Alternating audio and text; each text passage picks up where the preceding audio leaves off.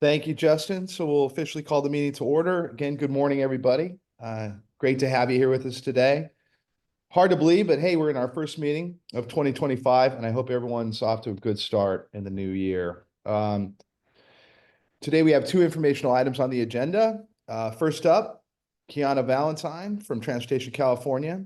Kiana will provide an overview of the literature and review findings, which is entitled Transportation Funding Tools for California. This literature review helps identify potential options to replace or supplement fuel excise taxes. Good to have you with us, Kiana. Also, after Kiana's presentation, we'll have Mindy Kimura from the Hawaii Department of Transportation presenting an overview of the Hawaii Road Usage Charge legislation and program implementation.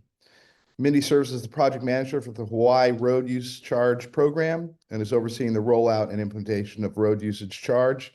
Great to have you with us, Mindy. We look forward to learning from you and you sharing your wisdom with us. Thank you for being here. Before we begin, we have some brief instructions regarding the webinar and public comments for those joining us virtually. Justin, please provide the instructions. Will do. Thank you, Chair. If you don't mind, I'm going to begin with roll call and then I'll jump right into those instructions. Pardon, yeah, roll call would be great. Thank you. Great. Chair Jay Bradshaw. Here. Vice Chair Steve Finnegan. Here. Asha Agrawal. Lisa Bartlett. Terry Benzel. Here. Lauren Kay. Jim Adaffer. Good morning. I'm here. Pam O'Connor. Robert Poitras. Yes. Misty Rickwald. Here. Eric Sauer. Present. Stacy Atkins Salazar. Here. Lee Tien. Assemblymember Wilson. Chair, we have quorum. Very good. Thank you, Justin. Now the instructions would be welcome. Thank you, partner. Will do. Thank you so much. Welcome, everyone, to the February 2025 Road Charge Technical Advisory Committee meeting. The California Road Charge Committee was established in 2014 by Senate Bill 1077 to study alternatives to the gas tax, gather public comment, and to make recommendations to the California State Transportation Agency regarding the design of a road charge pilot program.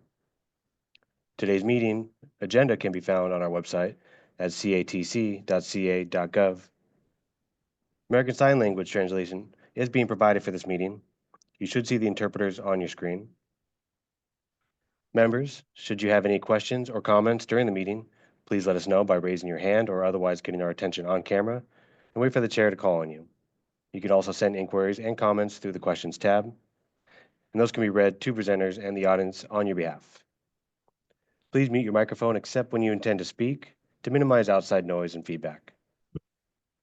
The chair will do their best to call on each of you in turn.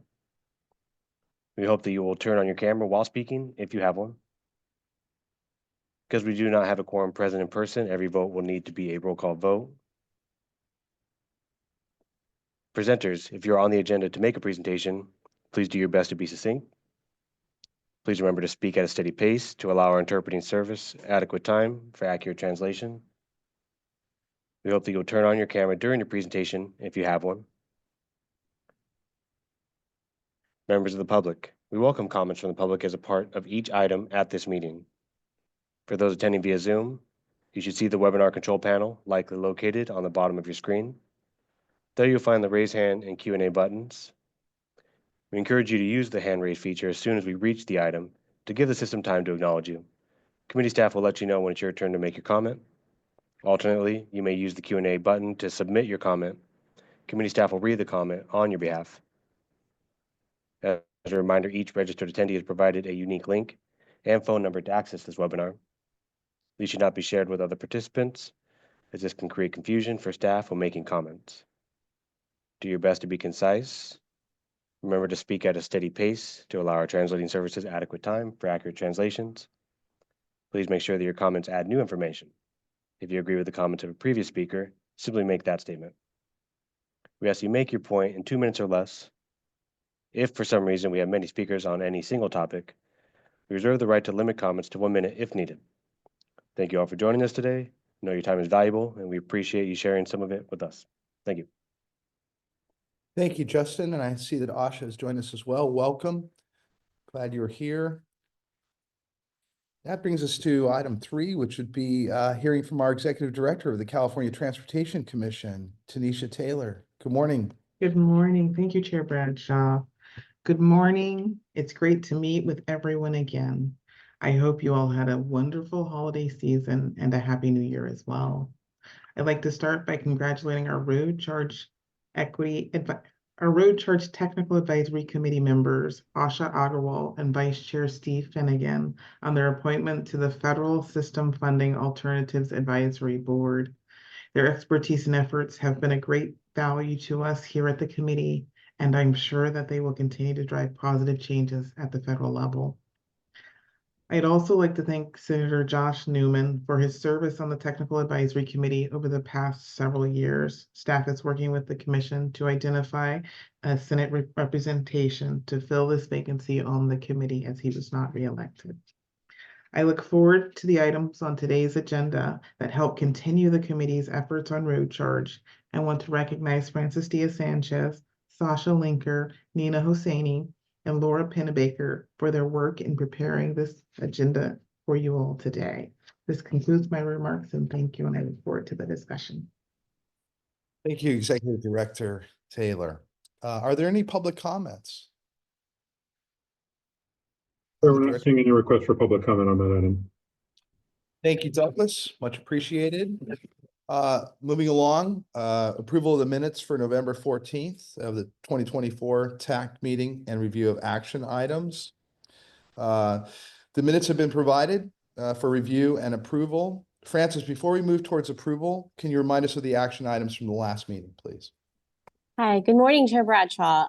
The only action item we had from the November road charge TAC meeting was the approval of the 2025 road charge TAC meeting dates. Otherwise, there are no additional action items unless you want to include the meeting minutes as well from that meeting. So, thank you. Thank you, Francis. Are there any questions or public comments regarding the minutes? Hearing none, can we take the roll for the vote, please? Or I'd entertain a motion for approval. Yeah, I'll move approval. Do I hear a second? This is Poitras, second. Thank you. On that, can we take the roll, Justin? Yes, thank you. Chair Jay Bradshaw, Aye. Vice Chair Steve Finnegan, Yes. Asha Agarwal, Yes. Lisa Bartlett, Terry Benzel, Aye. Lauren Kay, Jim Medaffer,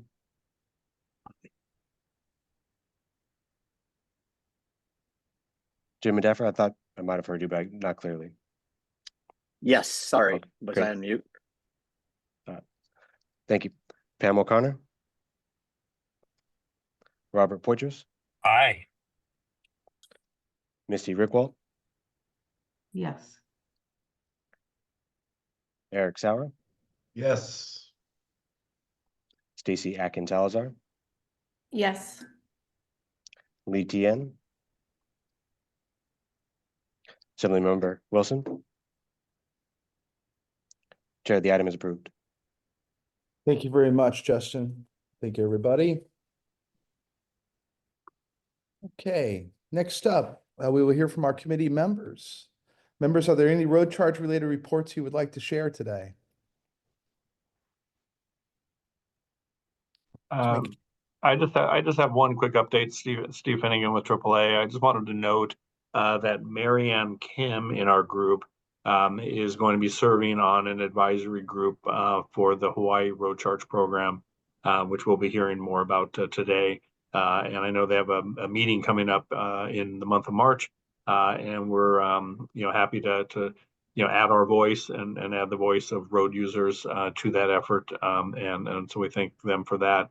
and just to underline, I guess, our commitment to helping address and resolve these issues. Thank you, Co-Chair Finnegan. Just looking for any raised hands, but if any committee members have anything they'd like to share, go ahead. Let's see, I thought I saw a hand.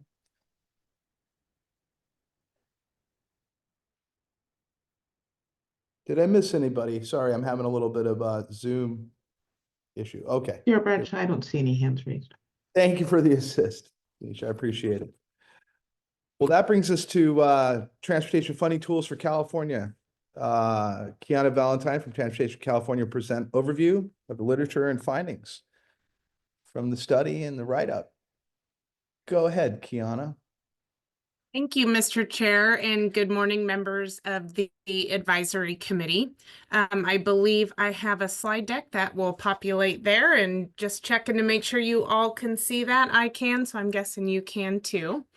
I am really pleased for the opportunity to present the findings of a recent literature review that the Statewide Transportation Construction Industry commissioned to help us figure out the direction that we think is best for California to go in terms of finding an a replacement or supplement to the existing fuel excise tax and other taxes and fees that support multimodal transportation infrastructure throughout the state. And I will ask, I guess, let me just introduce my organization really quick. I think most folks are familiar with us, but in case not, Transportation California is a labor management organization that has been around since the early 1990s and has spent its decades in existence advocating for sustainable, robust funding for multimodal transportation infrastructure, from roads and highways to bicycle and pedestrian infrastructure to transit. So if it's moving people or goods, supporting the economy and mobility of our communities, we are advocating to ensure that our multimodal transportation system is safe, efficient, and effective. So a little bit about the organization, and I have the pleasure of serving as their executive director. Next slide, please. I believe none of this information will be new to the members of the committee and perhaps the public that is watching this meeting today. But I did want to set the table a little bit as to how we ended up commissioning a literature review to understand what funding tools are available to the state of California to help support our multimodal transportation needs. And I presented a similar slide to my board of directors about 18 months ago, which is really when our efforts kicked off in earnest.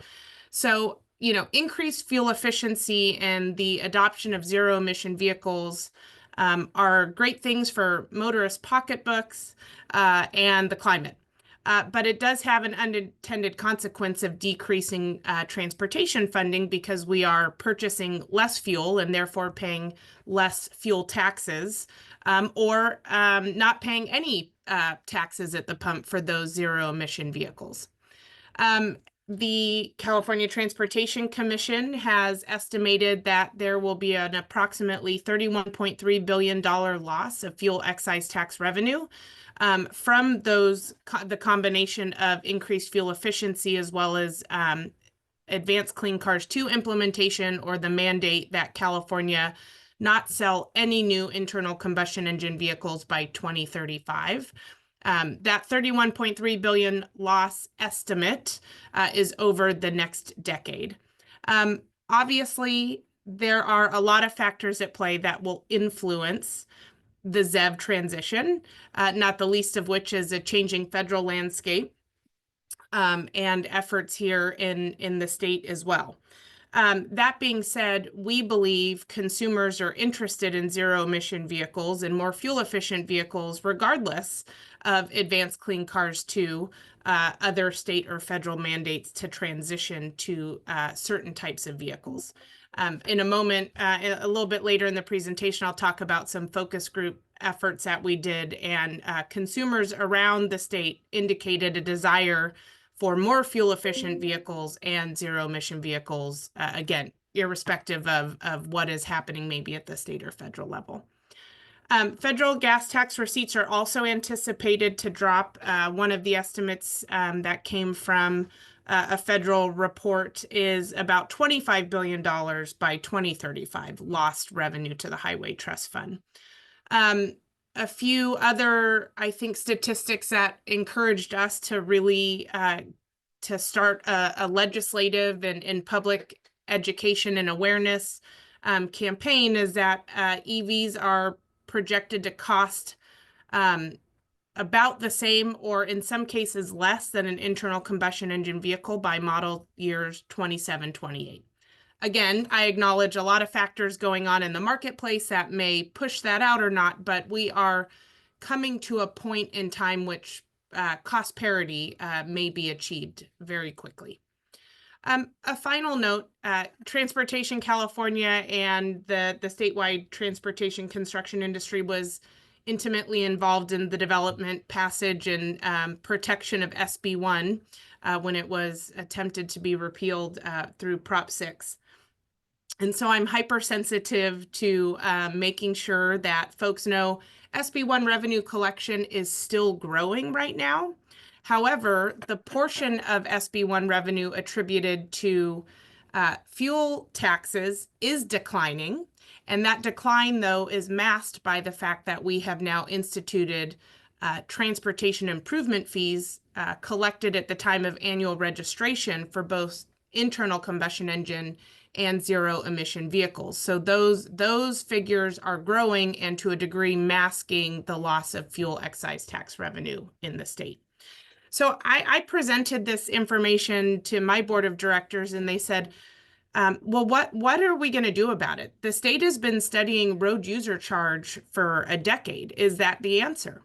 And I said, I believe that it will play some sort of role, but I cannot tell you with 100% assurances that is the best option in front of the state of California.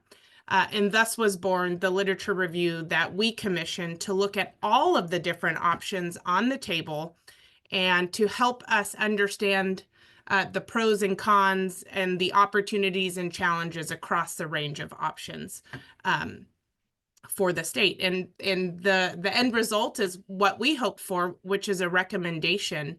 And I will share that with everyone at the end of the presentation that says this is actually the best option or one of the best options for the state of California. Next slide, please. In order to really present an evidence-based approach to this research effort, we asked our researcher to develop a set of principles of what makes a tax a better tax than another tax, right? We know taxes have purposes, and because they have purposes, they can be assessed as either good or bad relative to achieving a particular purpose. And so we asked the researcher to determine a set of good practices in tax principle to provide a structure for us to gather data on the degree to which a particular taxation methodology or series of taxation methods explicitly consider and provide for being a good tax. And so the seven, let me just mention too, the report and its many, many pages of appendix that explain the methodology behind the researcher's madness, if you will. I'm just the middle person presenting hundreds of pages and dozens of hours of research behind this. We are going to be releasing that next week, so I look forward to sharing the final report with you all. The seven principles that were derived from over 100 years of taxation policy and research across California, the US, and internationally are that the tax is simple, the tax is robust, the tax is fair and equitable, the tax generates sustainable revenue, the tax is efficient, secure, and integrated. And a little bit more about those on the next slide. But those are the seven principles that time and time again in the literature are the foundations of what makes a tax a better tax than another tax, at least in the transportation space. Next slide, please. So a little bit more about what each principle means. Simplicity, that's a principle that I think is more obvious than some of the other principles, if you will. You know, taxpayers should be able to calculate in advance of what will be owed, and they should know how they're going to pay it. Granted, not everyone necessarily knows how much the gas tax costs when they're paying at the pump, but there is a pretty easy way for taxpayers to figure out what that is, right? It's slightly upwards of 57 cents per gallon in terms of state taxes. And, you know, so you're buying 10 gallons and you're paying $5.70 some odd cents, right, for those 10 gallons in taxes. And they know it is paid at the pump, right? There's no additional transactions happening between the consumer and the state of California. The issues that are characterized under the robust principle is that the taxes should not be imposed on parties not engaged in the targeted activity, right? We have always in the US and in California seen the gas tax as a user fee. It's a proxy for a user fee, right? The more you drive, the more fuel you're purchasing, and therefore the more tax you pay in support of the infrastructure that you're using.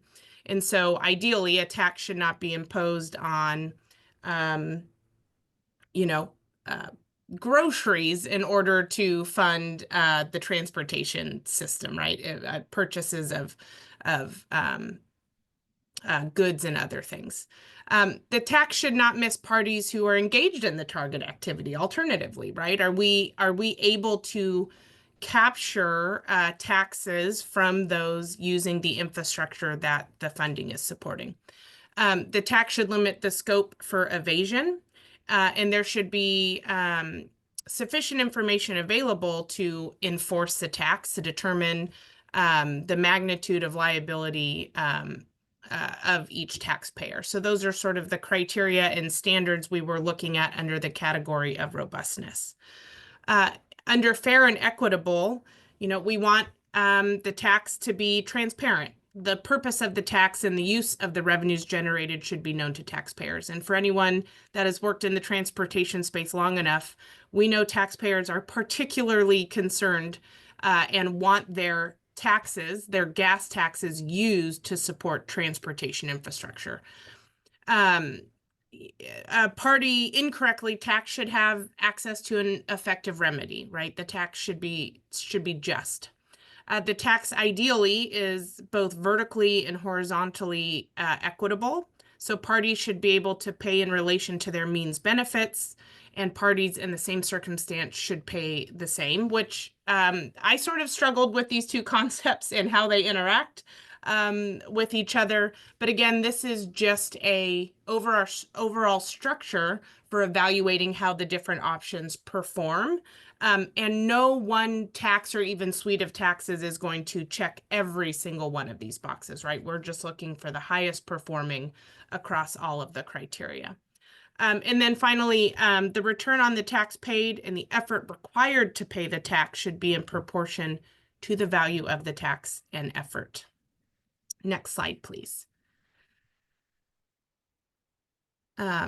Efficiency is, of course, something that we are concerned with in terms of tax policy.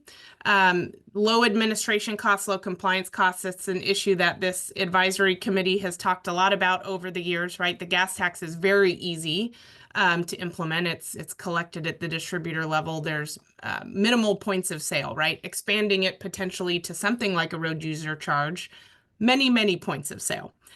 So the tax ideally should be inexpensive for government to operate, inexpensive for parties to comply with, and the potential revenue should be worth the effort required to gather it, or as I'm sort of known to say, the juice is worth the squeeze, if you will. The tax should not distort party choices, and the tax should encourage parties to internalize the full cost of their choices. So support choice and reduce externalities. On the sustainability side, this one is of particular interest to me. The lift to replace the gas tax or fuel excise taxes that have been in existence for over 100 years is not something I would like to repeat in 20 years' time, right? We need to have enduring instrumentality that this will remain effective at gathering revenues over time for a long time. And the targeted activity must continue to deliver necessary and sufficient revenues over time as well. Security and let me just say, security is a newer principle of taxation policy over more recent decades, not maybe something that was considered in 1919 when the first gas tax was authorized. So privacy, respecting privacy, only necessary and sufficient personal private information should be gathered. And that information should be safeguarded to the greatest degree possible. PPI should be kept secure in the integrity of liability, compliance, administrative data should be protected. Integratedness. This is something we spent a lot of time talking about in terms of development of the report. A lot of what academia has done is been focused internationally, nationally, and perhaps even in the theoretical. We wanted to bring this analysis specific to California and understanding how the options in front of us would integrate with the existing tax structure here. So I'll give you an example. There were over 20 different tools that the researcher first developed, and one of them was property tax. Sure. Is that an option in front of the state of California to generate revenue? Yes. Is it politically feasible in the state of California? Absolutely not. I don't even think it's really a great policy decision. But if you're not focused on the state in which you're trying to implement the tools, you know, some research could miss that larger tax structure. So we spent a lot of time talking about how these options would work alongside California's existing tax instruments to optimize coverage and effectiveness and without duplication. And then the means of compliance is usable for compliance with similar provisions in other jurisdictions, the interoperability, crossing of state lines, potentially how various tools are set up. You could even have, crossing regional borders, crossing other, using local streets and roads versus state highways, a lot of things to think about in terms of integratedness. Thanks for bearing with me as I sort of drill down into the nuance of those aspects of the report, because I think it's, the major takeaway that I want folks to get from this is that we are dedicated and we're committed to trying to develop an evidence-based evaluation and structure so that we're not just saying as an industry, legislators, administration do X because we think it's the best option. It's like we looked at 20 options. We evaluated them against 7 principles, 20 criteria, 44 questions, and this is what came out at the end. This is what the literature and the data is telling us. Next slide, please. Outside of the specific criteria and questions that we asked the researcher to look at in terms of tools available to us, there are certain aspects of how the excise tax used to perform that we think are worthy of trying to duplicate. So, the key goal of the project was to explore alternative funding tools that can effectively replace or supplement fuel taxes. And so by seeking a replacement or supplement, we're recognizing that at some point fuel taxes have provided valuable advantages that are worth preserving. And though some of those strengths have lessened over time with changes in vehicle technology and fleet composition, they are still things that we think are worthy of continuing to try to mimic, if you will. So revenue generation potential, you know, even in their diminishing state, fuel excise taxes generate significant revenue with very little distortion, impact on consumer choice. They cover all road usage, right? Whether you're driving on a local street and road, whether you're on a highway, if you are using fuel, again, under sort of the theoretical when fuel taxes performed the best, you know, a few decades ago, it covered all road usage, and it covered, it applied to all vehicles. Before we had non-gas diesel vehicles, it applied to all vehicles. It is user and usage based. And as we've already talked about, administratively very feasible, right? There is a very low administrative cost to implement a fuel excise tax. So in addition to the criteria, those are some additional aspects of the fuel excise tax that we were particularly focused on in our evaluation.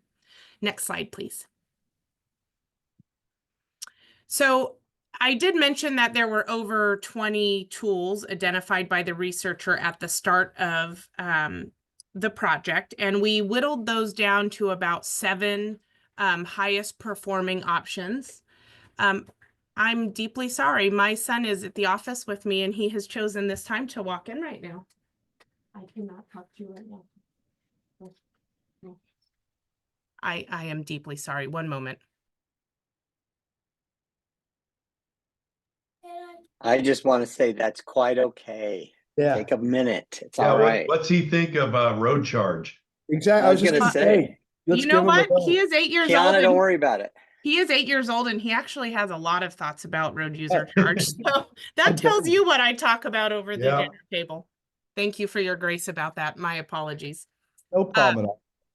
Okay, so we whittled down the 20 some odd taxes to the 7 best options. Again, I don't think it is advisable for us to look at a property tax to support transportation infrastructure, or, you know, there are several taxation options that just did not make sense for the structure of California's existing tax system. So the 7 tools that we did do a deep dive on and applied that you know, battery of questions to was sort of a do nothing or sort of increase the existing fuel excise taxes. That is certainly an option in front of the state of California, right? It comes with some negatives for sure.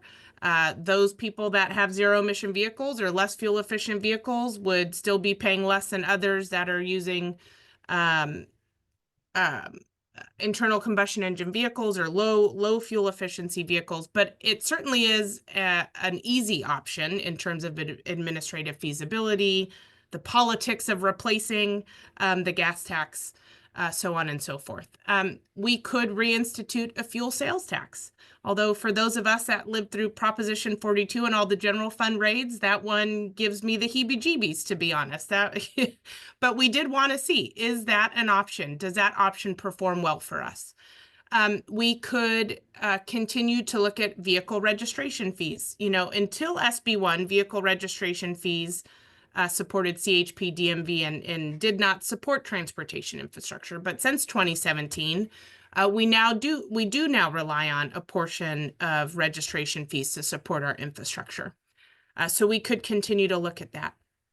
The idea of kilowatt hour tax came was definitely worthy of evaluation. Some states in the nation are using that, and we can talk a little bit about that in a moment, the pros and cons of that one. And then we looked at 2 functions of a road user charge: time-based, which is you know, more commonly called vignettes, right? In Europe, that's where those are being used. I don't know of any state in the US doing a time-based road user charge system.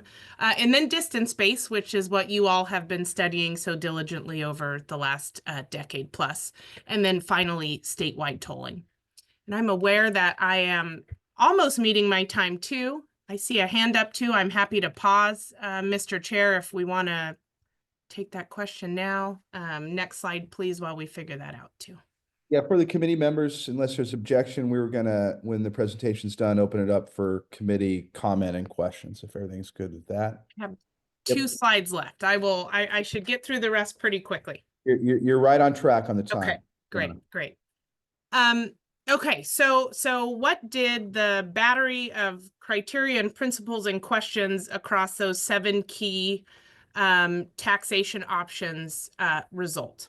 There are 3 options or 3 recommendations that came from the literature review. And the first one is to do a mixed array of fuel taxes. And this is essentially keep the fuel taxes in place today and implement new fuel taxes for electricity and hydrogen. So that would be essentially implementing kilowatt hour taxes for electricity, for charging stations, and then coming up with a commensurate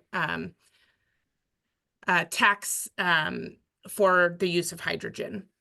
The second option is implementing a pure road user charge model, eliminating fuel excise taxes for all vehicles and implementing distance-based charging. The third option, and ultimately was the researchers' recommendation to our organization, is to implement a mixed model, phasing in a road user charge over time, starting with zero-emission vehicles. And as you know from your research and the states that have presented to the committee, this is what many other states in the nation are starting with, right?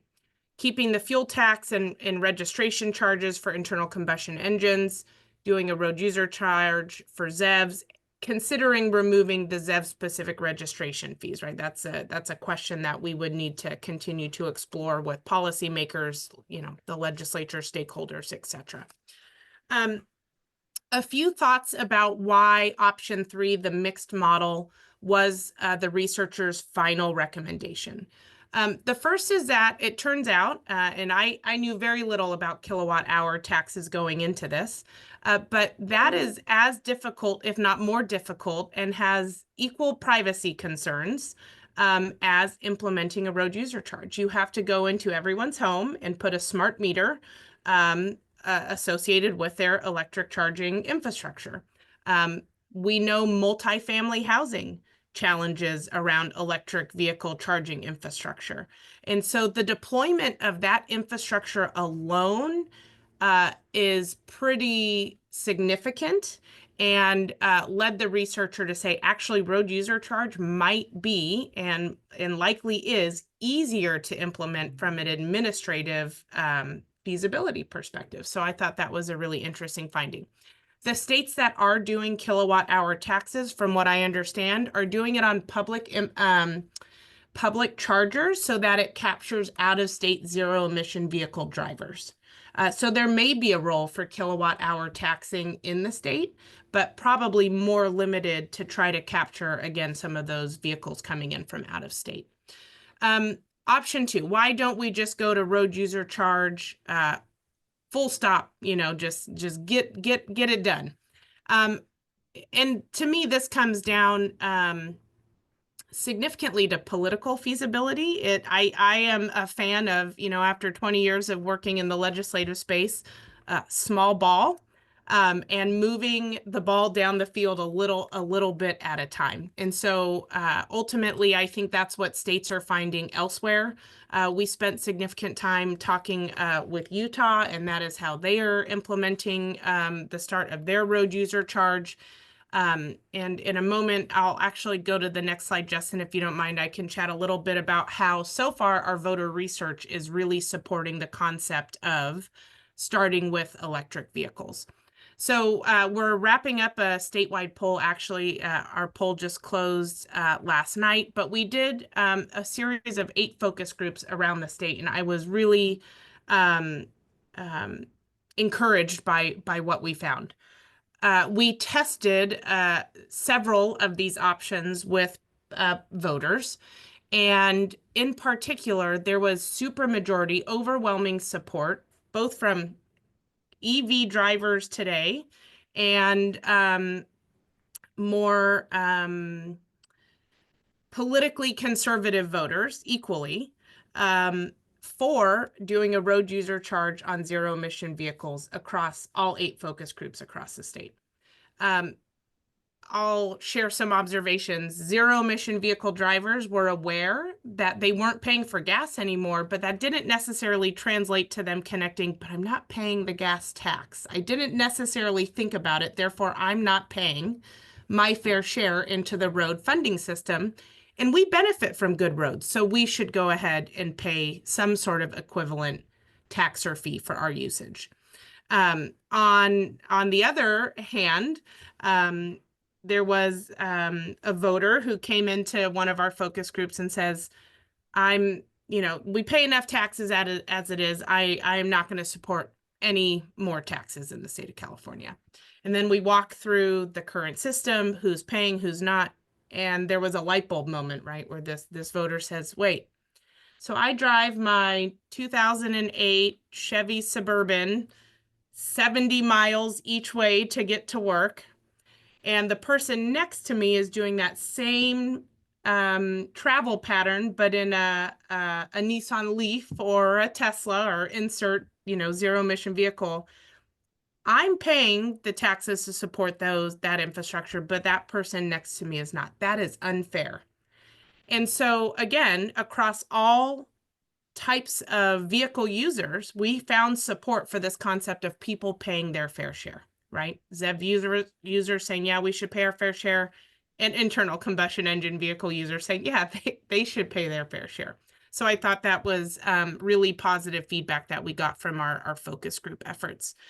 We are currently doing legislative outreach and education, public education and outreach. We're going to be talking in terms of the industry's next steps, doing town halls and other meetings with constituents, with legislators, to get direct feedback from the folks that this will impact on the ground. And then we have just started a multi-year, what we hope will be a collaborative, evidence-based legislative approach. Assemblymember Wilson did introduce AB 1421 last Friday, which has a series of findings and declarations, and then extends the legislative authority for the Road User Charge Technical Advisory Committee for another 7 years. And that's meant to be a placeholder for us to have these conversations and start building out what we think the future of transportation funding looks like.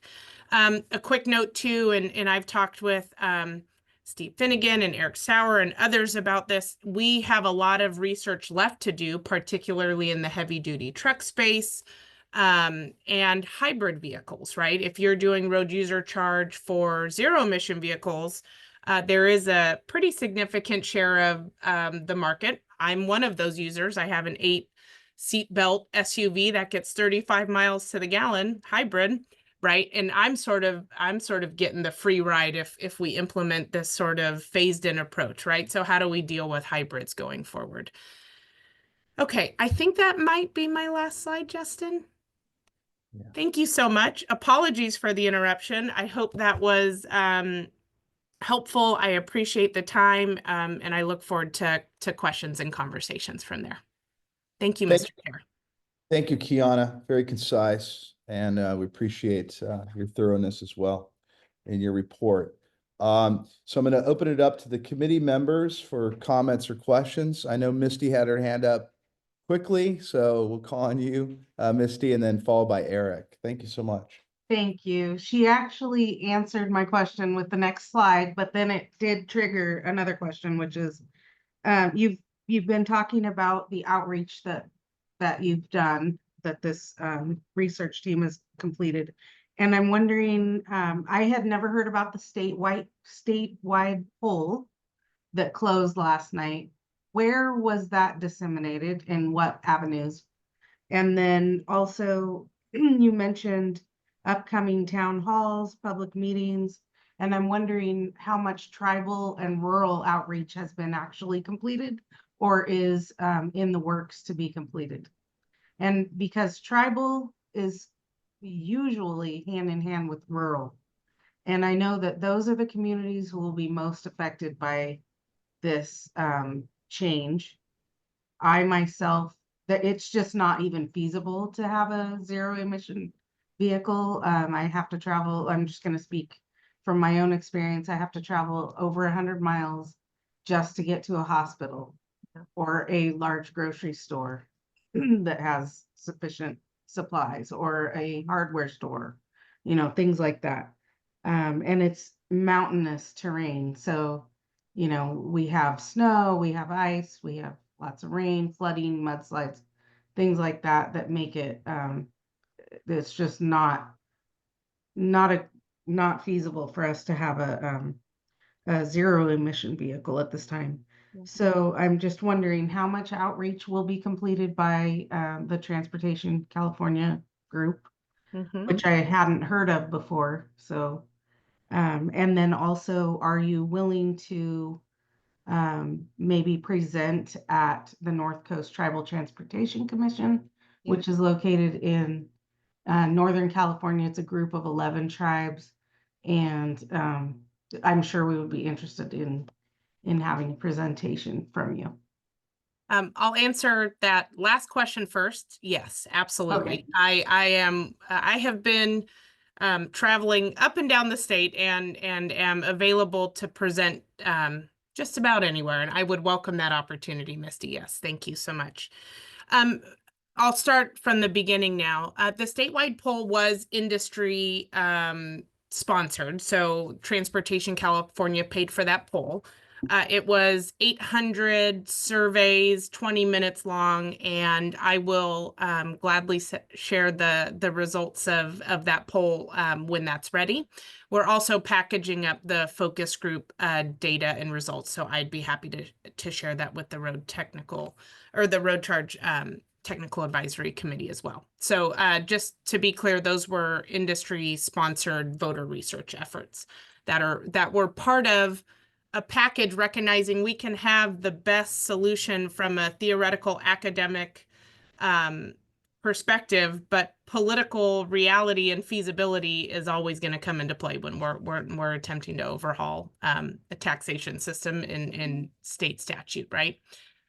In terms of outreach, we have, a little bit about me, Misty. I worked for the California State Association of Counties for 13 years prior to starting to work with Transportation California. I like to say I was born and raised in local government and have a fondness in my heart for rural counties. I learned a lot about the different challenges that rural counties and communities face in the state that are different than those challenges of urban and suburban, right?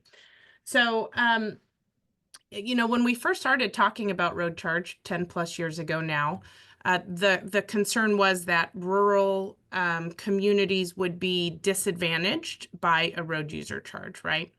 And at least from my perspective, in the research that I have consumed and the knowledge I have gained, is that a road user charge might not actually change the tax burden of rural drivers as much as it may for just drivers who choose more fuel efficient zero emission vehicles, right? Regardless of where you're living. To me, it brings equity to a tax conversation where equity doesn't exist right now. Not everyone is paying their fair share, if you will. One of the statistics a researcher found was, on average, a zero emission vehicle driver pays 40% of what an internal combustion engine driver pays on average in taxes to support transportation infrastructure. So rural communities that are forced to drive longer distances, forced to buy not forced, but, by the terrain issues you mentioned, the topography, the weather, needing a heavier duty vehicle, if you will. You're subsidizing, those drivers are subsidizing essentially those that have different options, zero emission vehicle options. And so trying a road user charge for zero emission vehicles feels like a way to bring parity to the tax system. And so it may not change the tax burden for a rural driver, but it will bring equity to those that aren't paying their fair share now. I hope that made sense. Yeah, I think it could, but it would make more sense, well, to me, without having, the full picture, but just with the options that you showed us, having the zero emission vehicles be charged that road charge makes more sense than having everybody being charged those road charges. That's just my opinion though, as of right now, but. And I think the research suggests that that's the best option to move forward to. I like as well, I'll just, as we see a federal landscape change and a state regulatory landscape change, this allows flexibility in the taxation system. Those that want to continue to drive an internal combustion engine can do so, and they pay their gas tax. And those that move to alternative fuel vehicles pay their fair share. And it is a way for us to sort of pivot from a revenue collection perspective while the regulatory and statutory environment changes, right? Right. Thank you. So just one more, the tribal outreach, is that something that you have on your? Yes, it is absolutely on the agenda. We've met we've been starting with statewide associations and are starting to grow our outreach as the sort of coalition is growing. And so yes, tribal outreach is absolutely in the plan, and I look forward to maybe working with you to see how we can accelerate that. Great. Thank you, Kiana. Next we have Committee Member Sawyer. Sawyer, if I'm saying your name right, I hope. Sour. That's okay. It gets butchered it gets butchered all the time. I think maybe sometimes I've 5 been- times people have pronounced it correctly. So it's okay, Chairman. Thank you. Kiana, great presentation. It looks very familiar. And appreciate you waving the transportation funding flag so much. So that's always good. I just, on the kilowatt hour tax, you're hearing a lot of these other states that are looking into that as a possibility. I know there's some pros to it, but from what I've heard, and have you heard this as well, is it kind of the big hurdle for it is there's not sufficient revenue that's collected from it. And you already mentioned the kind of the home charging, I know, is problematic on how to track that and stuff. Do you see that getting, I kind of see that as possibly like a supplement to transportation funding. I was just wondering if you guys have looked into that a little bit more. Yeah, in addition, you're absolutely right. In addition to some of the infrastructure challenges to deploying a kilowatt hour tax, the ability to generate revenue from that, I think was a secondary flag in terms of why that tool did not perform as well as others. I do think I am interested in exploring the role that has going forward for those out-of-state vehicles to capture that segment of the market. And then beyond that, I'm just going to have to forward you the report where she spends a few pages on each of the tools outlining all of the pros and sort of all of the cons. But those are the 2 key factors of that tool that I'm familiar with right now. And then I heard this yesterday. I was on a kind of a national transportation funding working group meeting, and someone brought up, and I don't know which state it was, but they had mentioned that their state is looking at putting revenue from cannabis towards transportation. I'm not very familiar with that, but I guess the point is that other states are looking at, I guess you could, and I don't want to open up this can of worms, that's not my intention, but they're looking at a whole slew of things that aren't really transportation related, but pots of money going towards transportation from other non-transportation related items. So just wanted to throw that out there. Sorry for the grenade in the room. No, that's okay. I do think there are a series of other options available to California to sort of fill out the overall taxation structure for transportation.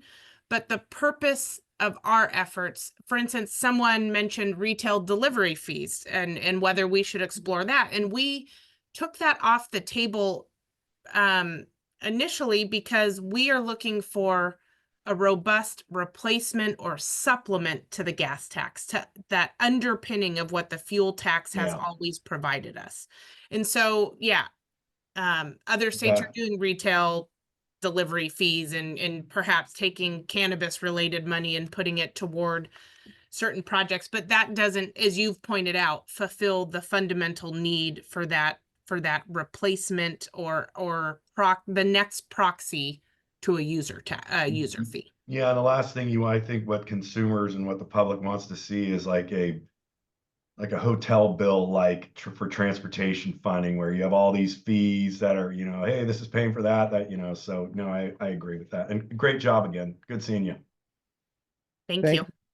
Next up, we have Co-Chair Finnegan. Go ahead, Steve. Hey, thank you very much. Appreciate it.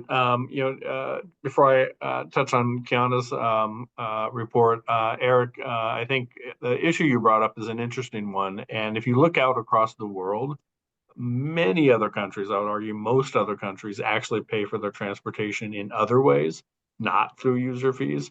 It's just whatever gas fuel tax they have or tolls they have go into a general fund, and then transportation battles with everybody else for a share of the overall budget, right? The U.S. has had a very different model, for over 100 years now. And I think it's a model that has served us well in a sense that, one, it is a user benefit model, at least ideally. And so there's a logic to that. There's also until recently a stability to that, and certainly a connection from what people pay to what they use and what they get out of the system. So anyway, just a couple thoughts on that. Kiana, on your presentation, I just want to thank you and Transportation California for your efforts. I think, a lot of us who've been involved with this for a while recognize that the public is largely unaware of this issue, and when they, despite some poll results, when they hear about it, there are lots of questions or concerns, and I think it's something that we need to be walking with voters and road users down a productive path in the future. That is all of the things you've touched on. That is fair, is appropriate, it provides needed funding, and is connected to one's use of the system. So I thank you for your efforts. It's connected to some of the efforts of this group and the state of California and others. But I think it's important that it comes from the private sector also, to be an additional resource and maybe eventually an additional push to move us into the right direction. So I just want to thank you for that, and just underline for the group, that desperate need, to over time be walking with the public and with voters and road users on this issue. So I just want to thank you for that. Thank you. Thank you, Co-Chair. Next up, we have Member Poitras. Hope I'm saying that right, Rob? Yeah, yes, you sure are. Perfect. Outstanding. No, most people don't get it the first time, so great job. I'll take the win. Thanks, brother. Yeah, thank you very much, Kiana. Great presentation, and you covered everything, and it's for me personally, and I know a lot of my colleagues that I've spent the last 10 years on working with on the TAC. We're there on a road user charge. I mean, it makes perfect sense. It is, it's one of those things that kind of hits all the others in terms of equity and things of that sort. And in fact, I just completed the pilot, and it was so easy. I get billed once a month, and gosh, I think when I paid, it took no more than 30 seconds, and it was great. It was very easy to track and so forth. That said, I'm definitely would support 100% of road user charge.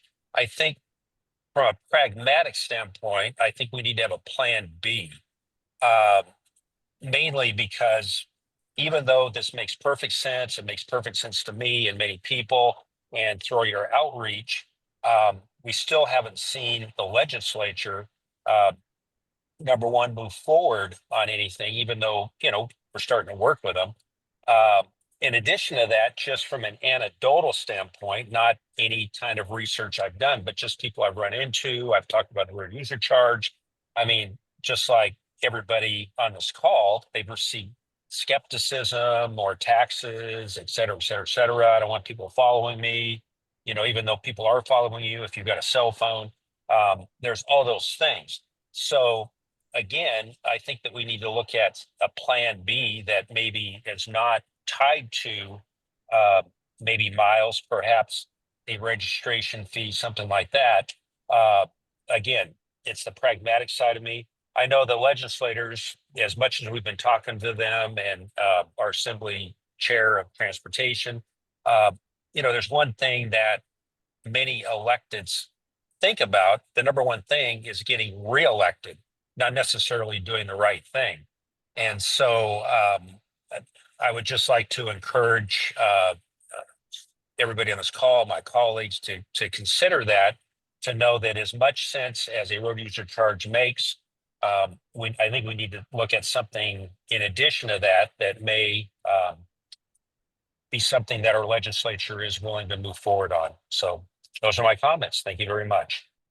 Thank you, Supervisor. I'll just mention that when we looked at the registration fee, two key challenges came sort of rose to the top, if you will. And I hear you, right? This is ultimately a policy and a political challenge in front of us, working with the legislature and an administration to get this done. But the first is that a registration fee can be drafted in such a way that you're paying per value of the vehicle, like our current registration, our transportation improvement fee is, or a flat fee, but that doesn't actually get to road usage, right? So you and I can drive the same car and pay the same fee, $100 a year in additional transportation improvement fee, but I drive 1,000 miles a month and you drive 5,000 miles a month, right? And so the registration fee, ultimately, the flaw in that singular approach, and perhaps there's room for various different taxes and fees, I guess, to Eric's point, right? Rounding out the tax structure, was that it really ultimately wasn't equitable to the usage of the road, right? And that's where road user charge stands out. The second thing that they found was that our registration fees in California, the registration fees that support DMV, CHP, and then our transportation portion of the registration fee are now pushing the upper limits of what taxpayers can sort of stomach, if you will. So I got a new car last year, my hybrid, 35 miles to the gallon, 8 seat belts. I love that thing. My registration fee was over $700 this year, and I just like gasped when I opened my bill, right? And so I do want to be conscious of those limitations of a registration fee, while also recognizing a Plan B, acknowledging the need to sort of think of Plan B. So just some thoughts back, and I look forward to more conversations with you about that. Well, very good. Well, as you know, you're speaking to the choir. You don't have to convince me. Yeah. I'm just saying it, and it's something that we need to remember. We're dealing with a legislature, we're dealing with an administration, and the political realities emerge that seem to sometimes, many times, I shouldn't say sometimes, many times, fly in the face of common sense. So just throwing that out there. Thank you very much. Next up, we have Member Agrul. Am I getting that right? Asha? Hello, I'm Asha Weinstein Agrawal. Thank you for calling on me. And thank you very much, Kiana, for this presentation. It's wonderful to see the private sector kind of contributing in such a meaningful way to these broad public policy questions. And clearly you guys have gone into a lot of nuance, which is really helpful. So just a couple of very small things I'll add. In terms of charging for the electricity used, there are all kinds of reasons we may not want to do it, but it is possible to do that without, basically the manufacturer of an electric vehicle knows exactly how much energy we put into our batteries. So there is, in theory, the option of taxing people using that information, which really already exists. Actually, like our speaker a moment ago, I was part of the California Road Use Charge Pilot most recently, and I have an EV. And so I spent about 30 seconds giving the pilot managers permission to connect with my vehicle manufacturer and just automatically get, in this case, it was mileage, but it would be equally easy to do it for for power. So just maybe something where we want to at least keep exploring that a little bit more.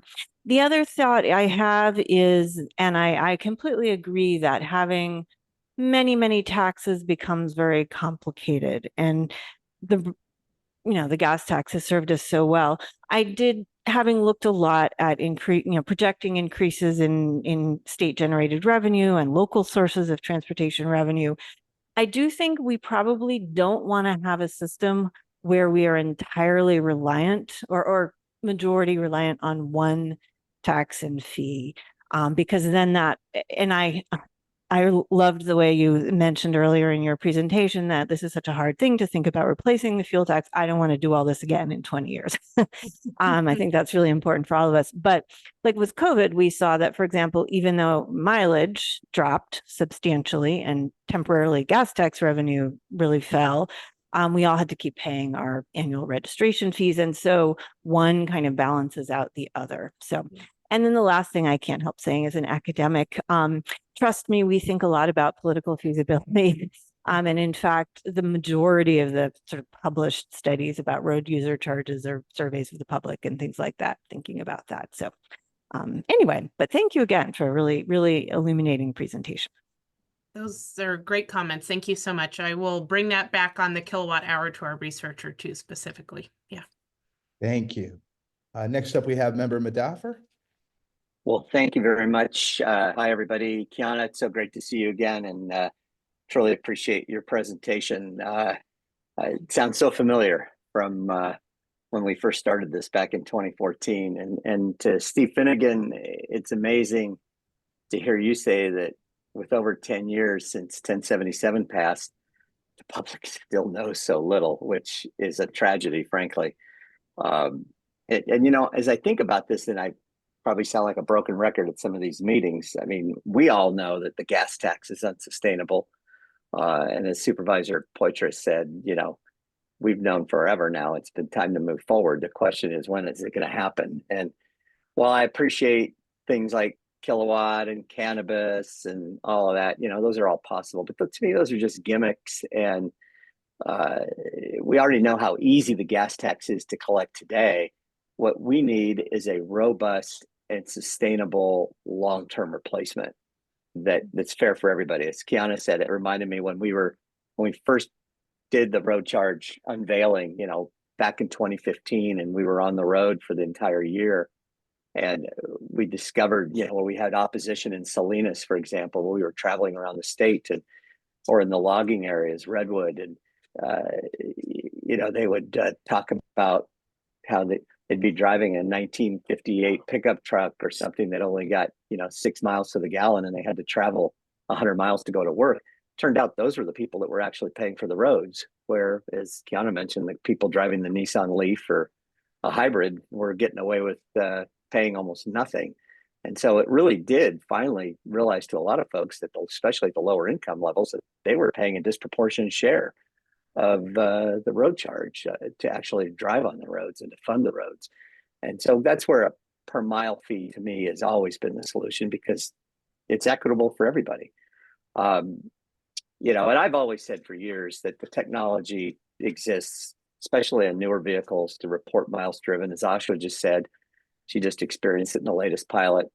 There's enough telematics on vehicles today, especially as they come out, to report that. You can come back and return a car anymore from a rental car agency, and right there on the iPad, they will already tell you how many miles you drove, what your fuel tank level is, and everything else, without even looking at the dash. I guess as to the legislature, Kiana, can you tell us, and where are they now? Are there any champions? Are they just running from this still? I mean, that's been my impression. And then maybe the CTC staff can comment on whether we're ever going to see a state department like General Services or Caltrans transition to a mileage fee for that whole department or for a whole fleet, so we can show how easy it is to really work in something like that. So I don't know, Kiana, where are we on the legislature? I've had a dozen or so conversations just in the last 2 months, and it has been incredibly positive. It has been incredibly positive. I think the difference that I've seen both in terms of voter awareness through our public research, our limited but robust enough research, voter research efforts and conversations with legislators is that there is a growing awareness of the inequity of who pays to use the Good. transportation infrastructure. And I am seeing bipartisan support for a solution to this challenge, and have not had any conversation with any legislator from either party that suggests that there is not at least an interest in seriously exploring a road user charge starting with electric vehicles. So I have been overwhelmed with the sort of positive feedback that I have gotten over the last couple of months. So have you drafted the law that somebody can run? we have a spot bill. We have a spot bill. Cool. AB All right. 1421 by Assemblymember Wilson, who is our champion on this issue. We are working with her counterpart in the Senate, and are just getting in. Every day I'm in the Capitol talking to people and hopefully getting on the road and visiting Misty and other folks and just doing the groundwork that it's going to take to get this done. And how's AAA feel about it, Steve? Gotta come off of mute. No, we need to keep moving forward, and we're supportive of that. Awesome. So, well, thank you, Kiana. And then at CCC, again, I come back to, it'd be great if we could do the EVs. We've been talking about that forever. Every EV has the telematics already. We know that. And it would be great to see some State Department. That'd be another bill. I'd love to see somebody run to just mandate that a couple of state departments just start paying by the mile, just to prove to everybody that it works. But I love what you said, Kiana. The whole issue, especially this legislature, the newer legislators coming in, out with the older folks that understand the inequities of a gasoline tax with today's vehicles. So that's really good to hear. Thank you. Thank you very much, members. I'm not seeing any other hands for committee members. Douglas, I believe we do have public comment. Yes, sir. We have a couple of attendees with their hands raised, and I'm going to start off with a question we got in the Q&A side. Someone asked about the availability of these presentations, and just let the folks on the webinar know they are available on our website right now. So if you go to our website, go to the committee meetings page. Both of the presentations are available there right now. Our first speaker will be Mitch Weiss. Mitch, you should be able to unmute and talk when you're ready. Thank you, Doug. Hopefully I am unmuted and you can hear me. I'd like to thank the committee for the opportunity to speak to you. I've been able to do that in a couple of different capacities over really the last decade. And much of my more recent comments to the committee have been urging the administration to do more sooner. There's a tremendous value in the work that Transportation California has done. This study is important to further the conversations. But I would note that when I was in charge of revenue forecasting at Caltrans a quarter century ago, when I got there, on my desk was a study from the 90s that had been done on the same sort of thing. And so I think what we need to think about is, how do we really move the ball forward? Supervisor Poitras mentioned the political challenges. In a previous role, I could not sell the administration on even starting with a road charge on autonomous vehicles. And at that time, there were only 300 odd autonomous vehicles. So I think there's a lot of political inertia to doing this. On the other hand, I think we need to continue the conversations on the transportation improvement fee part of the registration fee. If you look at that, I think there's a way to do that in a per vehicle basis by increasing that part of the registration fee. But that 3/4 of the vehicles would end up saving money. Yes, there would be, people buying new cars who are paying $700 in registration fee. That would go up a lot. That's what mine is. And I would argue that I can afford to pay a lot more. And I think something like that could be implemented more quickly. I know it could be implemented more quickly because we're already doing it. And it would be more equitable in that people who have the less ability to pay could pay more. Would be happy to have more of the conversations with the committee. Thank you. All right. Thank you, Mitch. Our second speaker is Gus Quarry. Gus, you're unmuted and should be able to talk. Thank you so much. Good morning, Mr. Chair and committee members. Really want to thank Ms. Valentine for her presentation. She was integral when we were doing Senate Bill 1 with her work at CSAC at the time to get the conversation going about the gas tax increase then to kind of stop the hemorrhaging of the lack of funding. And then on behalf of several Central Coast, counties and San Joaquin Valley counties, we had introduced the notion of the transportation improvement fee, which, as Ms. Valentine said, has been increasing. I think the discussion is really about, it's not a new fee per se, whereas that's what the TIF was back in 2017. It's doing a revenue neutral conversion and maybe building upon that. The TIF is indexed. I think, as the previous speaker said, Mr. Weiss, that we think that if you take what people currently pay with the gas tax, whether that's per driver or per vehicle, and you do a conversion, we think 3/4 of all registered vehicle owners would save money. We've got to look holistically at what VMT data is statewide. Caltrans publishes those numbers, and a road user charge could provide possibly more inequity because people in the valley, the coast, the North State have to drive further to go to jobs, goods and services and such. And so maybe looking at a value that's predictable, stable, cars depreciate, so people wind up paying less over the course of time too. But you have a higher denominator because the TIF is agnostic on fuel source. And so, again, look forward. It's going to take a team effort here. It's a big lift. I think there might be some legislators for sure that might support a road user charge. I've spoken to some that have some reservations. I think it's all just about education and seeing what works best. But inaction is the worst action. We definitely need a solution. So we look forward to working with this group. Happy to provide more detail, Mr. Chair, as appropriate in the future. Thank you so much. Thank you. Not to abuse the chair, may I ask a question real quick at the pleasure of the body here? Mr. Curry, you raised some, I think, data points, maybe with staff, there could be a follow-up. I didn't catch all of it, but about money savings, and I think you had a percentage on it regarding the TIF. If you have data on that, maybe to staff, this committee members would like to see that. We can work with our commenters to get that data. Thank you very much. While I've stolen the mic for a minute, just on the political front, if I may, not to get in front of the public, but I just wanted to mention something that there's been a lot of conversations in my day job with both parties. I do feel there's a shift in alignment towards solutions, including RUC. Anyway, back to the public. Sorry about that. Douglas. Not seeing any more requests to speak on this item, Chair. Thank you. All right. Any last thoughts from committee members?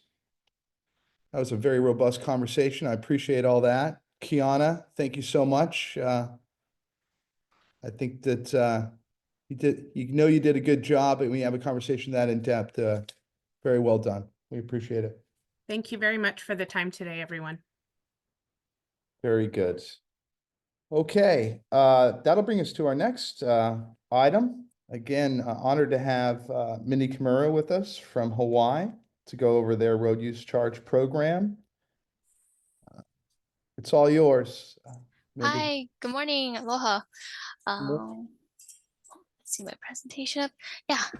Good morning, Chair and members of the California Road Charge Technical Advisory Committee. Honored to be here today to present to you guys about the Hawaii Road Usage Charge Program.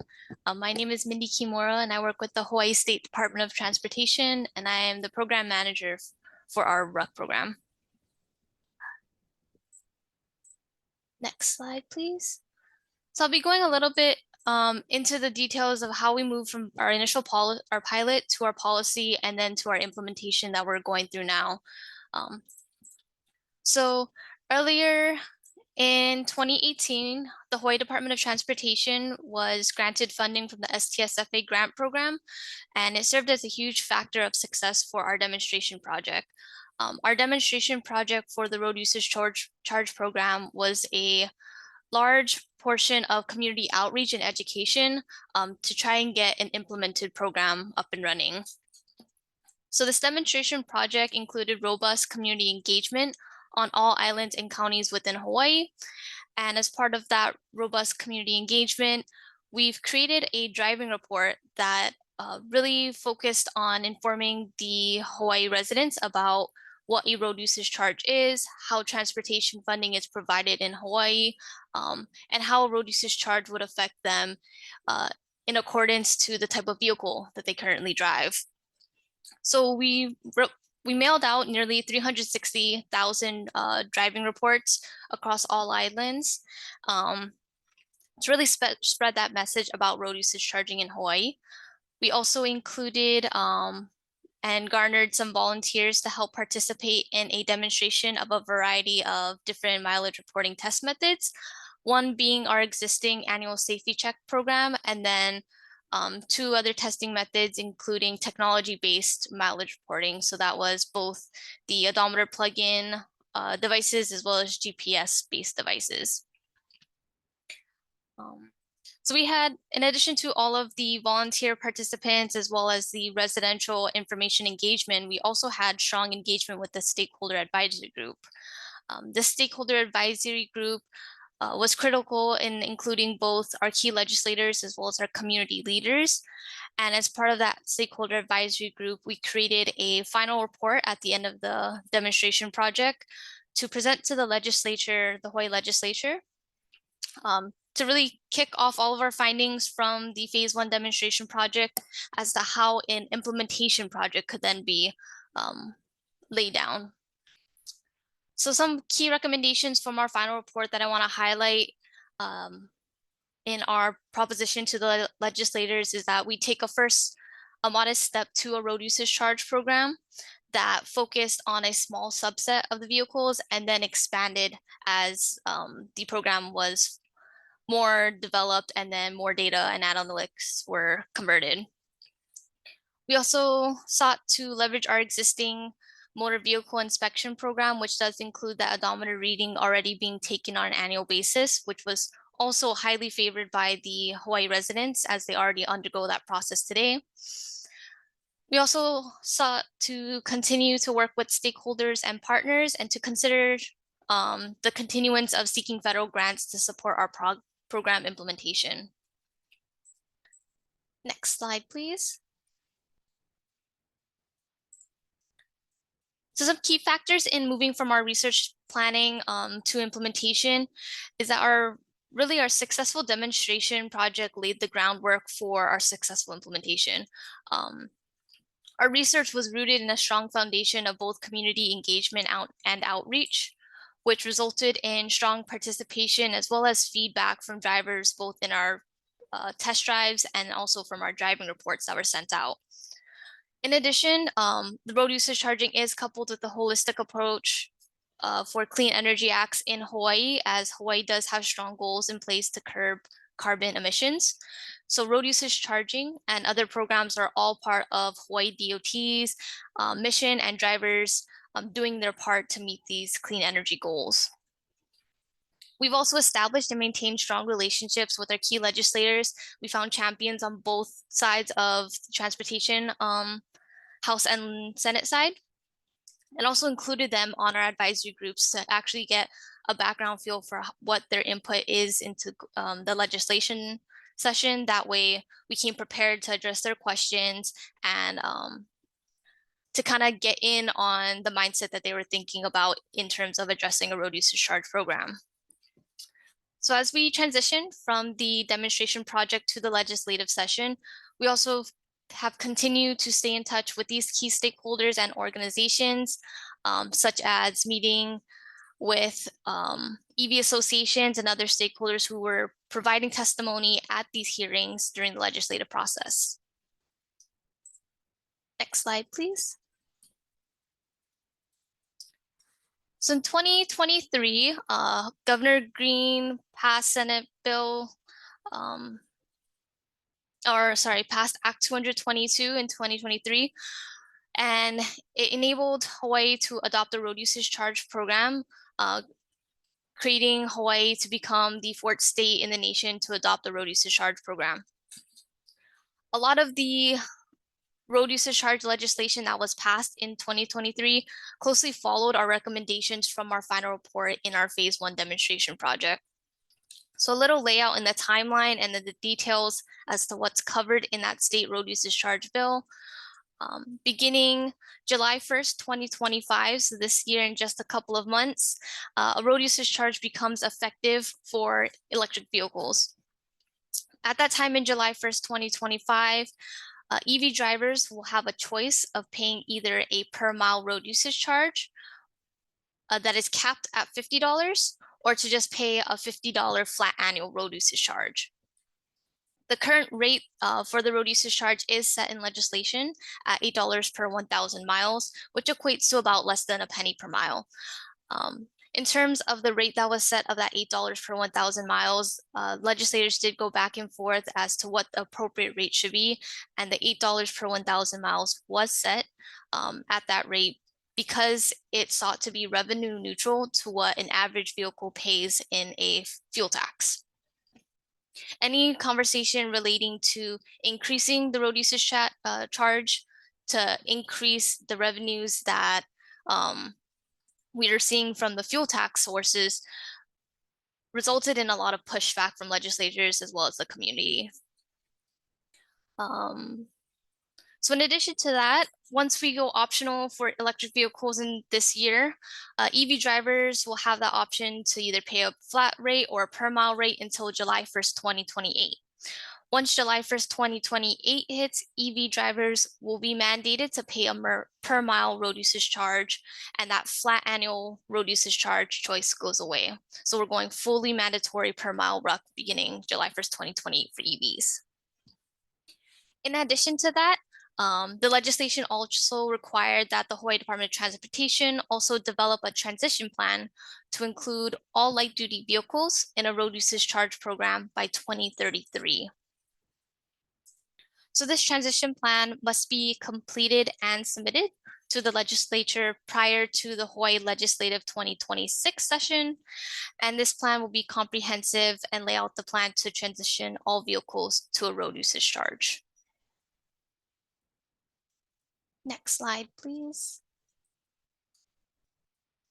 So taking a pilot and a research and turning it into an actual legislation, moving from pilot to policy, is a very different task than implementation. As we're seeing in other states, legislation is hard to pass, and here are some of the key factors that have led to our success.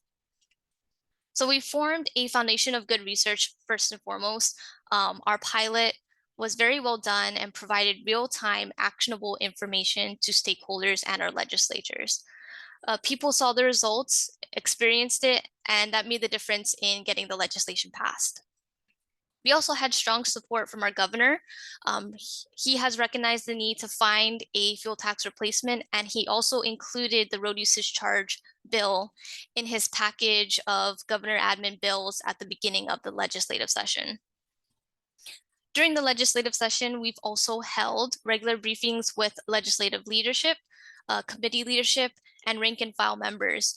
We've made ourselves available and provided transparency on the process and exactly what was included in the bill, ensuring that we've built trust with these legislators and let them know that this program was a priority for the Department of Transportation. And finally, the legislation was well crafted. It was modest, starting just with initial electric vehicles. It provided a low barrier of entity with the choice of the 3 years and that cap for the first 3 years of the program.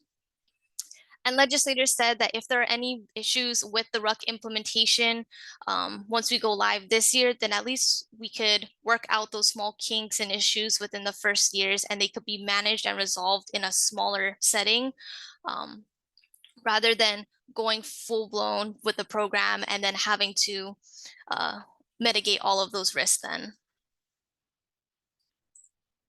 Next slide, please. In addition, as I mentioned before, Hawaii will be using our existing annual vehicle inspection system, where nearly all vehicles are inspected on an annual basis, which includes an odometer reading being recorded. Also want to note that in addition to the annual inspection being conducted, this step must be completed before a driver can renew their vehicle registration. And as I mentioned before, this was tested as a mileage reporting method in our phase 1 demonstration project, and it was considered the most favorable mileage reporting option amongst Hawaii residents. Next slide, please.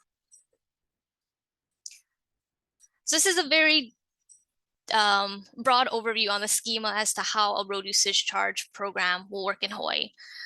So the Hawaii Road Usage Charge Program will be utilizing the existing safety check or the inspection safety program, as well as the annual vehicle registration process to support the smooth implementation of the program. So from a driver's perspective, drivers will just continue to drive their vehicle as normal, and they'll continue to conduct their annual safety inspections and registration renewals. However, on the back end, the Hawaii Department of Transportation, as well as the county DMVs, our motor vehicle inspection stations and servers, as well as the city and county of Honolulu's Department of IT, they will be handling the road usage charge, invoicing, and payments processes. So research shows that leveraging the existing system that we do have in place with our EMVs and the DMVs and the registration process would be the least expensive way to administer our road usage charge program rather than reinventing the wheel. Next slide, please. So in our upcoming program, HDOT will serve as the program administrator. In addition to our administration, we have a lot of different entities also involved in rolling out this program. So we'll also be relying on our key partnerships with our county DMVs and key agencies within the state of Hawaii, especially the Department of IT, in order to smoothly implement the program. In addition, we must also partner with our EV owners, especially since they'll be the first drivers or customers to have the opportunity to experience road usage charging in Hawaii, and even more so on a national basis. Next slide, please. So as I mentioned before, there are multiple government agencies involved in this implementation process, especially as these agencies may not all be aligned to one another or at the same level of government. So we have the State Department of Transportation, which includes our departments of motor vehicle safety, finance, highways, and administration. We also have our 4 county DMVs, and each county DMV also has their own Department of Finance that they sit under. And as well as that, we have our Department of IT, which supports our 4 county motor vehicle systems. So as you can see, there's a lot of different players, especially since our DMVs do not sit under our Department of Transportation. So collaboration is needed amongst not only on a state level, but also on a countywide level. Next slide, please.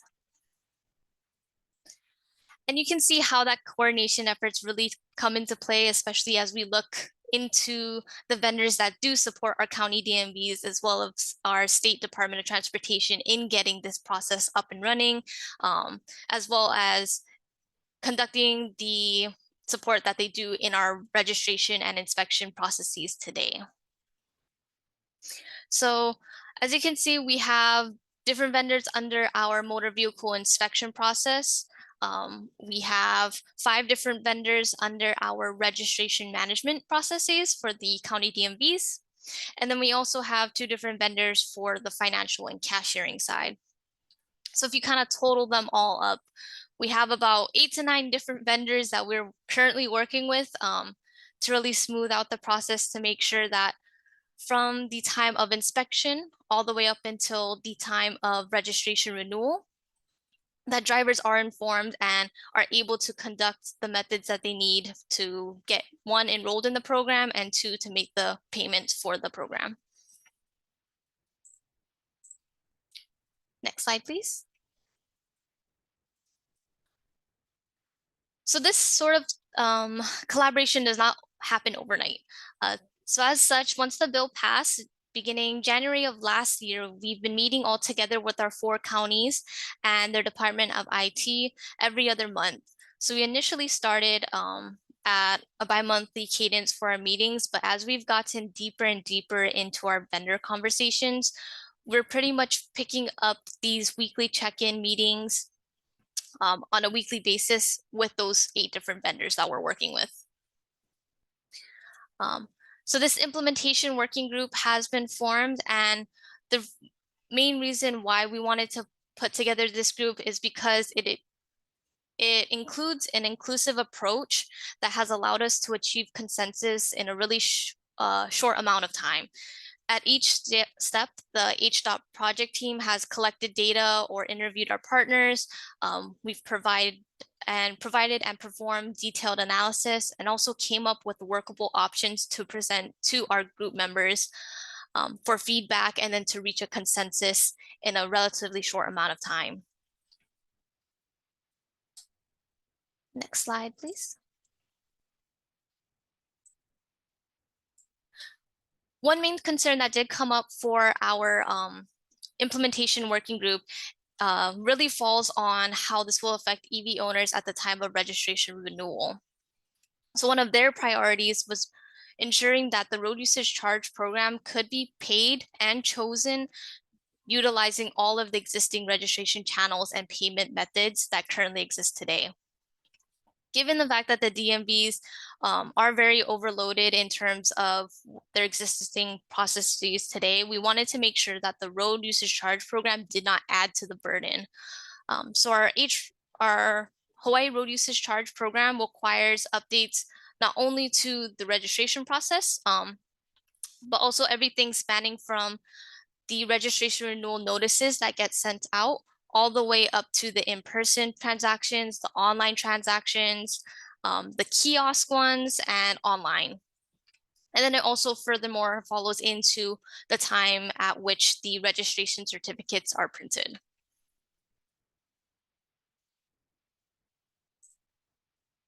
Next slide, please. So here's a very general overview of what the Hawaii Road Usage Charge Program looks like in the perspective of an EV owner. So beginning July 1st, 2025, eligible EV owners will see the road usage charge fee on their registration renewal notice. The registration renewal notice does get sent about 45 days before the registration is expired. At the time that they receive these notices, EV drivers will be able to choose whether to pay the per mile road usage charge or to just pay a flat annual road usage charge. Once the EV driver makes their choice, the road usage charge fee associated with that choice will then be added to the vehicle registration payment process, which is just another line item in addition to the existing weight tax, and registration taxes that are already itemized on those registration receipts. Once the RUC fee is added onto those registration payment processes, the customers can then complete the registration renewal using any of the existing payment methods today. So that includes in-person, mail, Dropbox, online, and kiosk. Next slide, please. So our overall objective is to support the smooth and seamless implementation of a road usage charge program, especially beginning for our EV drivers come in July of this year. So to support this overall objective, our implementation communication goals are to ensure that current and future EV drivers understand Hawaii's RUC program, especially when they register their vehicles in July. We also want to encourage current and future EV drivers to choose a road usage charge when they do register their vehicles. We also want to support a positive EV driver experience both before and during the registration process. And then we want to continue to inform, educate, and engage all audiences about what road usage charging is, why Hawaii is implementing it, and how it supports all of Hawaii's both climate goals, or transportation goals, and infrastructure goals. Next slide, please.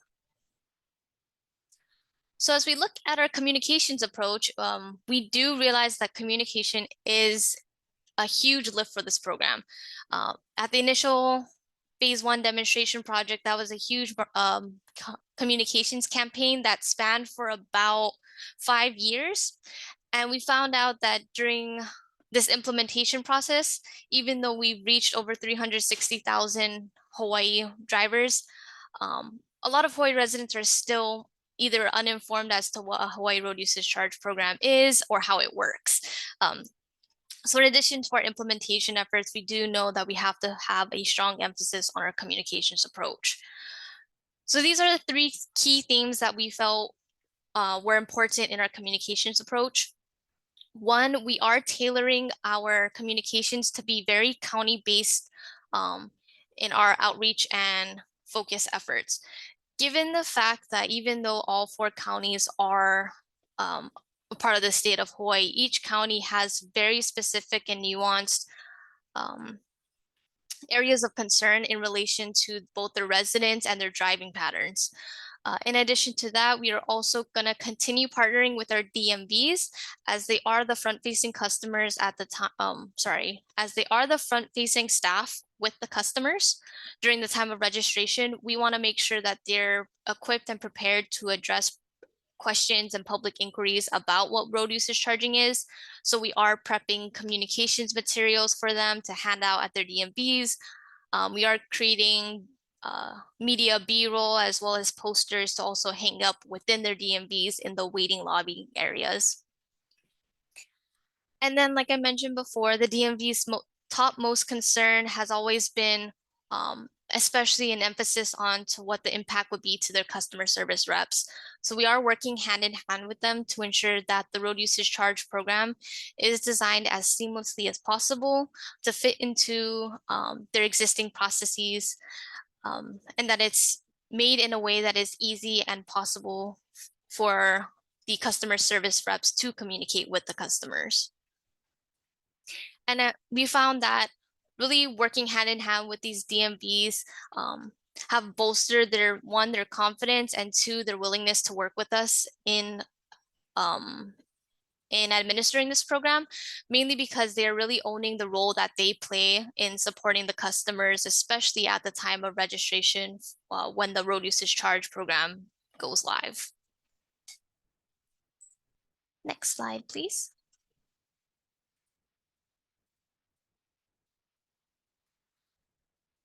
So one way that we are already providing a way for EV drivers to better understand what a road usage charge is through our online estimator at our website. So on this website, you can see the QR code there and you can scan it. It takes you to our EV road usage charge estimator where any driver can insert their miles that they drive. And if you go to the next slide, please. They can go ahead and click the Estimate RUC Now button, and then next slide, please. And then it shows them what their estimated annual road usage charge cost will be.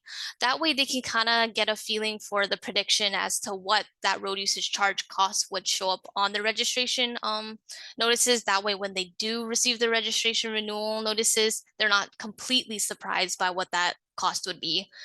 One thing that we did find key to in the sense of why we needed to provide this tool to Hawaii residents is because 1, during our initial community outreach, when we asked Hawaii residents, what do you think your annual cost is for something like a state fuel tax is?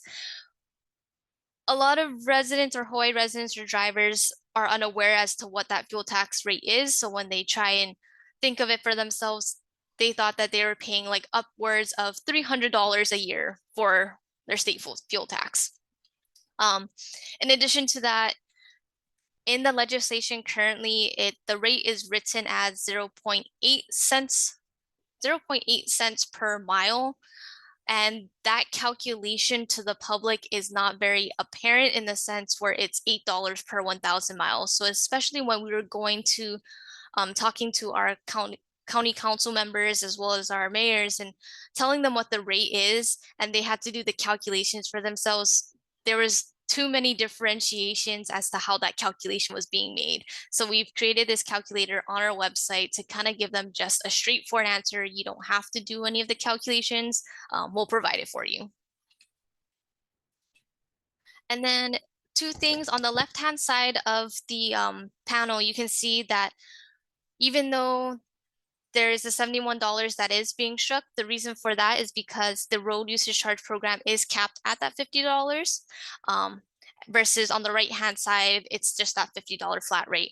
However, if a driver will need to drive, let's say unrealistically about 1,000 miles in a year, their state per mile road usage charge would only show $8. The reason why we've showed two of those numbers on the estimator website is because we are seeking to remove the cap beginning July 1st, 2028. So once the cap is removed, we also wanted that transparency to show drivers what their true road usage charge would look like without the cap in place. Next slide, please.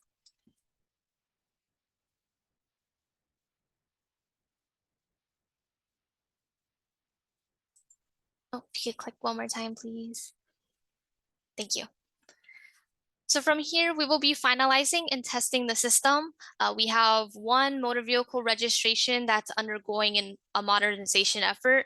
We have 4 counties that we're working with, as well as each of their numerous third-party vendors from times of inspection all the way up to times of the registration printing. So we are also prepping and launching our external communications plan beginning at the end of March. And we're going to be going live with the program beginning in July 1st. And it's not that simple. Beyond our July 1st implementation deadline, we are also continuing our efforts to support a more robust and long-term road usage charge implementation in Hawaii with that long-term transition plan that's due at the end of this year. Next slide, please. And that was it. Thank you for your time. We do have our website listed on the slide as well. So you can see all of the background information that went into our demonstration process, as well as the implementation efforts that are currently going through and the current legislations. And I'm happy to take any questions. Thank you very much, Mindy. That was a tremendous report. Appreciate it. Thank you.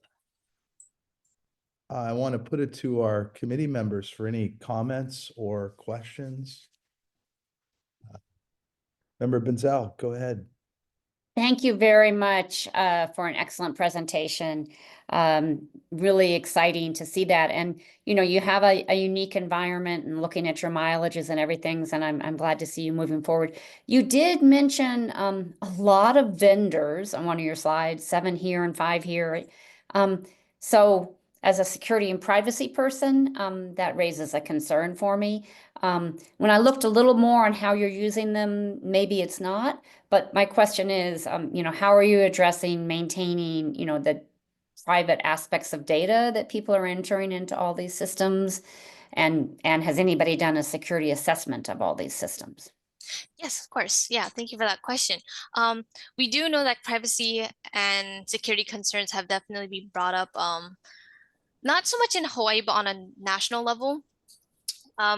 What's good about our process, because we are utilizing the existing DMV processes, they already have their security and privacy protections in place in terms of the secure data transfers from their vendors to the county DMVs and then to the state.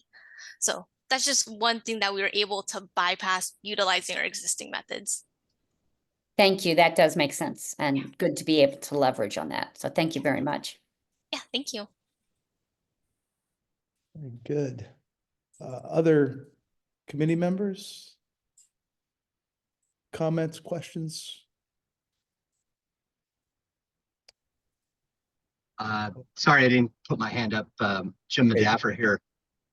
Just wanted to say outstanding presentation from Hawaii. It's great to see how long you guys have come, and congratulations. It's definitely a model that we'll be watching closely. Thank you.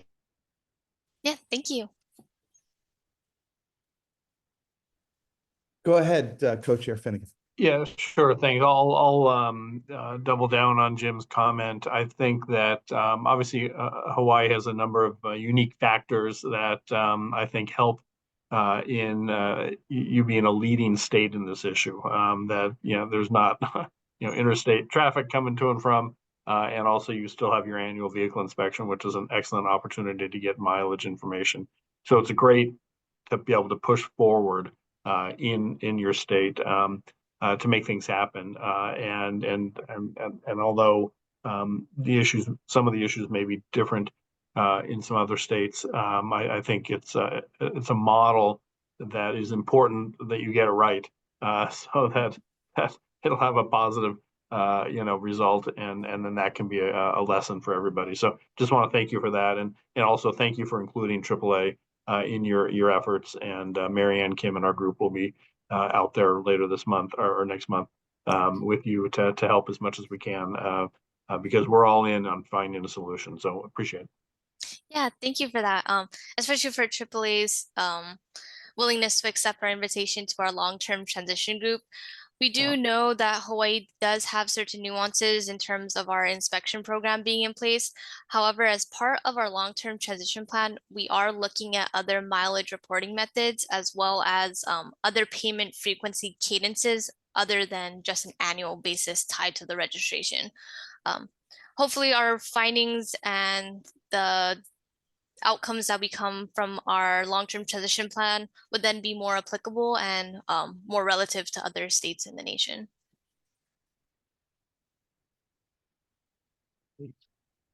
Any other comments or questions for Mindy? Seeing none, let me just share on behalf of myself here. It was really great to see a real live program and model, taking into consideration some differences between our states, so to speak, but I found that very illuminating and actually gave me some optimism. So thank you very much. Thank you. Let me check for public comment. Douglas? Thank you, Chair. We do have one public comment. I don't know if it's technically public. It's Lauren Prahota, the Caltrans Road Charge Program Manager. All right, Laura. Lauren, you should be free to speak.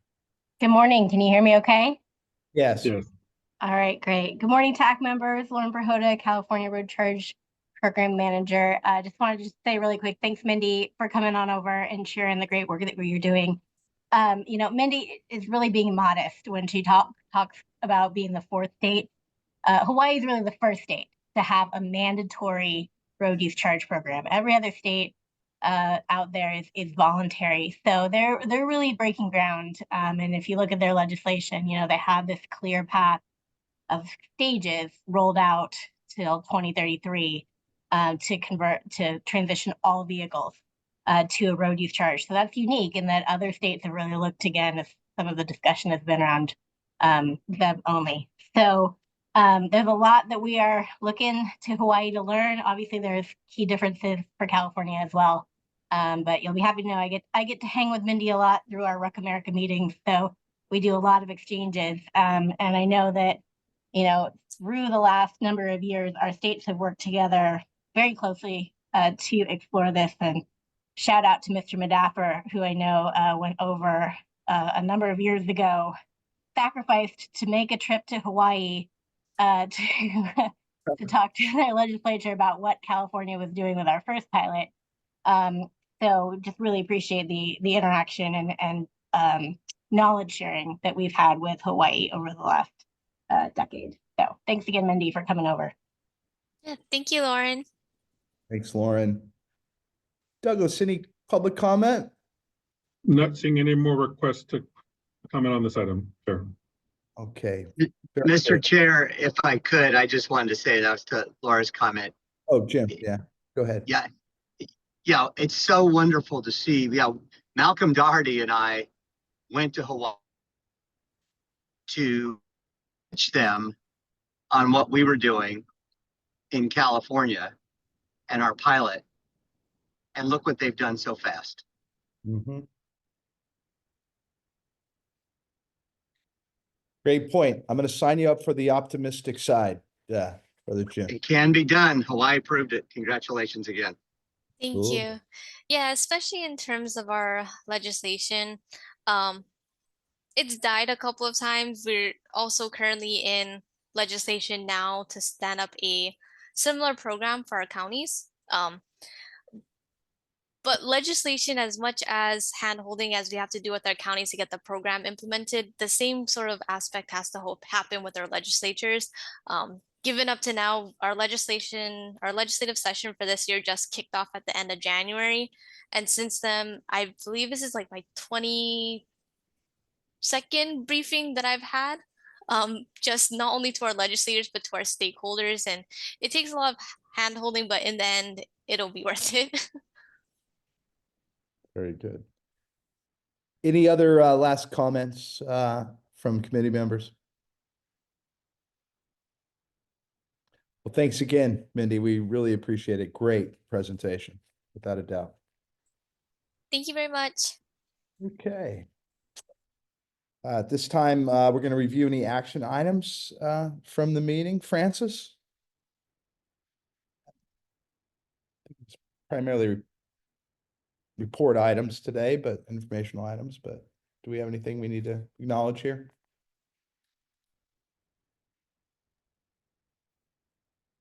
I know that they're still in that room. I'm in the room. Sorry, I disconnected from my headset, so now I'm just on speakerphone.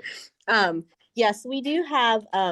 We had 2 items, kind of action to follow up on. One was a request to present to the North Coast Tribal Transportation Commission, but I believe Kiana will be following up with Misty Rickwalt on that specific action, so nothing on the commission end. However, there was a request for staff to follow up with Gus Corey on the data / savings from a potential, savings through the VRF / TIF versus road charge. So that is the specific action the commission staff will be following up with Mr. Corey on. Am I correct in that neither of them need a motion and a vote? Correct. I think this is just staff action. Yeah, staff to staff level.